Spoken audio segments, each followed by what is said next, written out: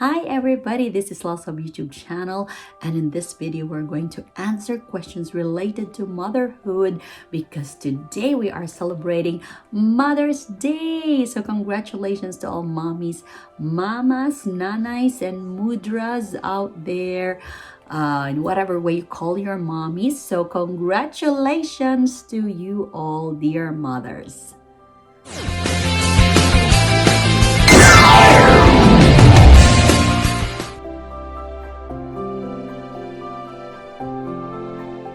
I believe that mothers are honorable beings worthy of the love and respect of their children as well as the entire community. We know that God created man first and then a woman to help him out. Men and women create families. Women and men are really equal in the eyes of the Creator. However, among other things, women play a very important role in the society.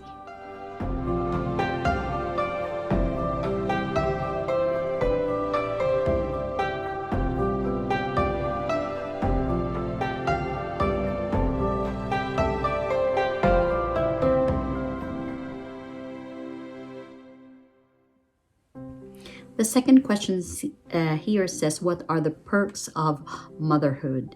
Surprisingly, motherhood brings both happiness and tears.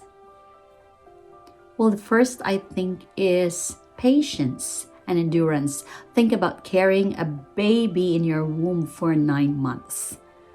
I remember that time when I was really craving for a soft cheese, like for instance blue cheese, and my doctor would always remind me so blue cheese is one of those that are prohibited during pregnancy since they have a harmful effect on infants.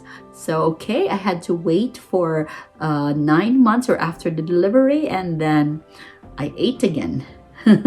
So that's what I meant by patience. The next perk is that being a mother makes you master the art of multitasking. Can you relate? Apologies for the change of scene. I just want to show you a typical example of multitasking. So right now, I'm editing this video. So she asked me before she fell asleep that she would like me to be here just beside her until she falls asleep. And one also my forgettable experience when she was still an infant was she just woke up, and then I was doing the laundry at that time. So every time I'd put her down, she would cry. So as first-time mothers, we don't really want to listen to crying kids. So I had to put her on my left arm while I was hanging the laundry. Just a typical example of multitasking. One of my most favorite perks that I'd like to share with you is that motherhood brings out the child or youth in you. Think about watching your favorite kids' movies again. For example, Wizard of Oz or Sound of Music. But our favorite, of course, is playing hide and seek, dominoes, charade, or guessing game. We still have a long list of happy perks, but of course, there is also another side of motherhood, and I'd like to share to you my personal experience. Personally, motherhood really sharpened and strengthened my sense of resilience and faith. During my pregnancy, I had this preeclampsia. That's a condition during pregnancy when your blood pressure is rising. And another thing is that my protein was leaking. So a week before my due, I had to be admitted to a hospital to be observed. And when I delivered my daughter, Lana, I stayed in the intensive care unit for 3 days. I was unconscious because I had seizure. So I was able to see her 3 days after being in the ICU. But you know what? As always, prayers move mountains. There is no problem too big that God cannot solve. There is really power in prayer. Another thing is that as biological mothers, we have the mark of pregnancy. You have to bear the stretch marks, the gaining of weight, but you can do something about that. As a mother, you also have to be an epitome of strength, endurance, and courage. Sometimes when I get home from work, I already feel tired and exhausted, but you still have mommy duties. You still have to do household chores. So I'm personally thankful that my husband usually cooks dinner. He's assigned to do that because he also loves cooking. So I'm thankful. He's a blessing, is a gift to us. I said courage. Sometimes when you see your child falling, you have to control being teary-eyed first because they have to see you strong, since they draw their strength and courage from you as parents.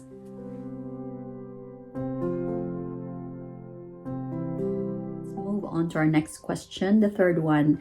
What is or are the most important lesson or lessons from your mother that you also teach your child?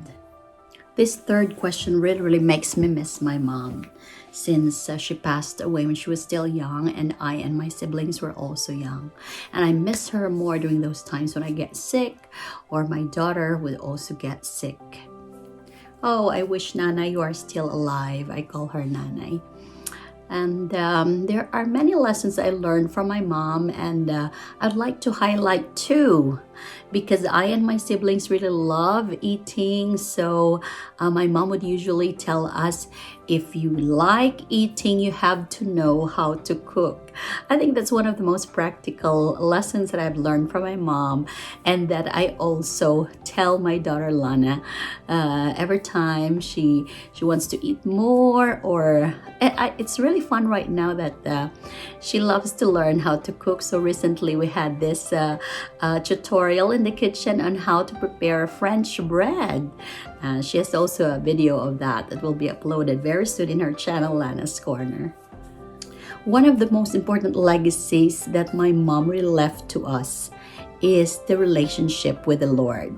She would always tell us that you can lose anything in life, all the material things in life, but never your faith, your relationship with God. Faith, that's what I'm holding on, especially during my tough times. And that's what I always inculcate to my daughter. We don't have riches to live to you, but if you have faith in your heart and real relationship with the Lord, you can survive in whatever circumstance that would come your way. It's really vivid to me. I saw my mom praying before she started the day, and she was also praying before sleeping at night.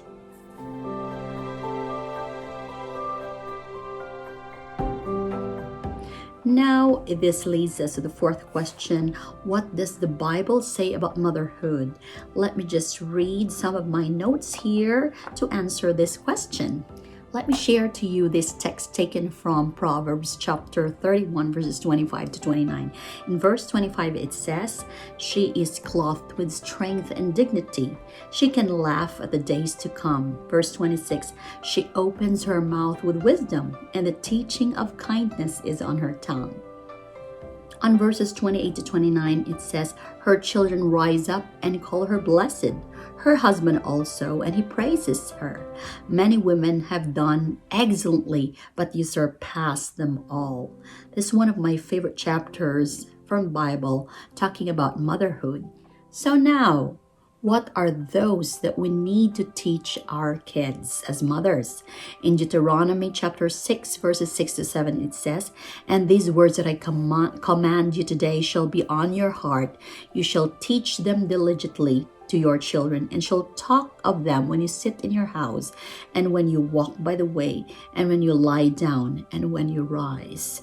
So we have to teach our kids good things and the difference between right and wrong.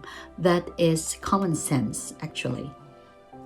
You know what? I'd like to feature also the popular mothers in the Bible, and the first one is Sarah. In Genesis 11:30, we learn that Sarah is the mother who waited. It says, "Now Sarai was childless because she was not able to conceive." This would have grieved both Sarah and Abraham. God tells Abraham to look at the stars in the sky, for that would be the number of his offspring. Abraham and Sarah waited for how many years? 15 years before God renewed his promise, and another 10 years before the promise was fulfilled. And finally, Sarah bore a son whose name was Isaac. Another mother from the Bible that I'd like to feature is Samson's mother, the mother who followed the rules. She is not mentioned by name actually in the book of Judges, although some would say she is the hazel pony mentioned in 1 Chronicles 4. We cannot know for sure, so we can deduce that what she did is more important than her name. She was married to a man named Manoah, but was unable to conceive.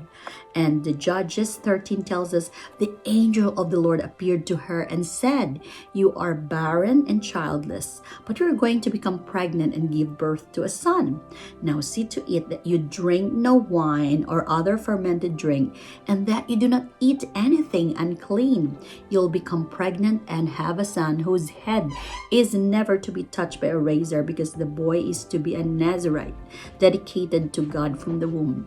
He will take the lead in delivering Israel from the hands of the Philistines." The third mother that I'd like to feature is, of course, Mary, the mother who is blessed among women.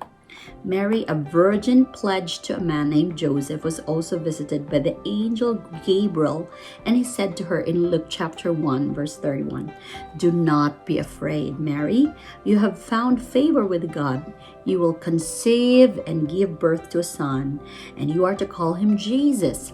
He will be great and will be called the Son of the Most High.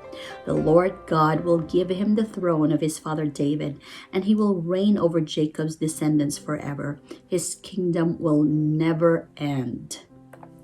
Can you see the meaning beyond this text that I have just read? You know what? Even if you are not a biological mother, then you are still destined to be somebody, to be somewhere. There are still other significant mothers in the Bible that we can probably feature someday. We can create content of Hagar, Rebecca, Leah, and Rachel, Naomi, and who else? Hannah and Elizabeth. But we have mentioned 3 today.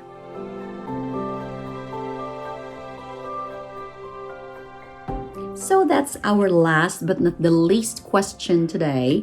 As a working mom, how do I balance work and duties not only as a wife but as a mother? Well, it's easier said than done that you need to compartmentalize your time and set your priorities.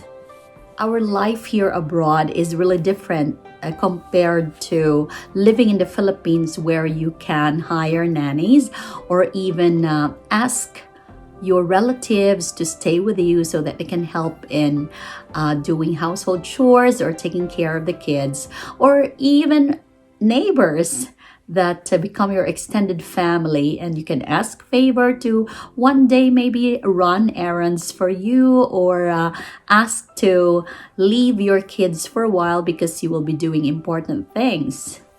It's really different here in Sweden when you do everything, except of course when your in-laws would offer help, and but that's very occasional. So this is our usual routine in the morning. I have to leave her to school first before going to work. We either walk or take the bus. The bus stop is there. But today we decided to walk from home to school because we have plenty of time before I proceed to my work. During the weekends, I usually start my day at the same time because I don't want to disturb my sleeping patterns. So after waking up, do meditation, prepare breakfast. If I have time, do live streaming. Sundays, attending online worship or go to church face-to-face worship service, and then go to my daughter's extracurricular activities. It can be dancing, singing, a piano lesson. After that, do groceries or just window shopping, visiting relatives and friends. So if you would ask me if there was a conflict between family and work plus vlogging, which one would I choose first? Of course, obviously, I would choose family. That's the reason why if I could not attend to your LS, your premieres or videos, that means I prioritized family duties first and then work. Well, I really love answering questions like this, and probably we can create more contents like question and answer. The next thing that we're going to do is I'm going to share to you the Mother's Day treat from my daughter and my husband. So stay tuned, everybody.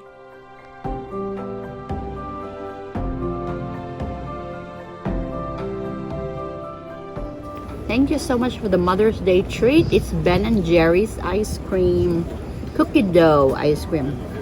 Have some. Thank you, the Mother's Day treat, Lana. Welcome.